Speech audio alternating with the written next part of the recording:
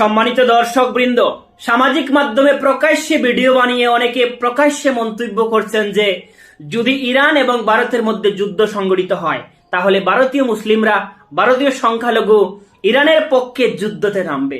ভাই, ভুল ধারণা। এই ধরনের হিংসাত্মক মন্তব্য করে ভারতীয় হিন্দু মুসলিমদের ঐক্য বিনষ্ট করবেন না প্লিজ। ইতিহাস সাক্ষী, এখনো 1 বছর কমপ্লিট হয়নি।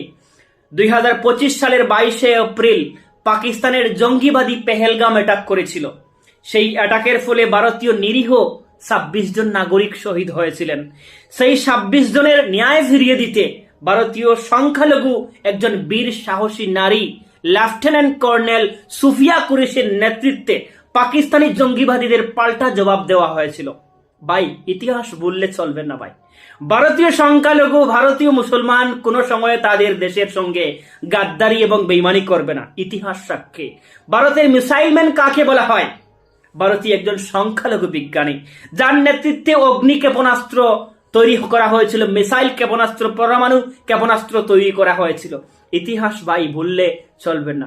বন্ধু বন্ধুর সাপোর্ট নিতে পারে। ভারত এবং ইরান চিরজীবনের জন্য বন্ধু। বন্ধু বন্ধুর সাপোর্ট নিতে পারে, কিন্তু বন্ধু যখন নিজের পরিবারের দিকে কুনজরে দেখবে তখন বন্ধু আর বন্ধু থাকবে না। তখন ভারতীয় সংখ্যালঘু ইরানের বিপক্ষে দাঁড়াবে। ভাই, ভুল ধারণা, এই ধরনের বাজে এবং হিংসাত্মক মন্তব্য করে ভারতীয় ঐক্য এবং ভারতের সংস্কৃতি নষ্ট না করার জন্য করজোড়ে আহ্বান জানাচ্ছি। ভিডিওটি প্রচুর পরিমাণে শেয়ার করে মানুষের ভুল ধারণা সংশোধন করার জন্য আহ্বান জানাচ্ছি।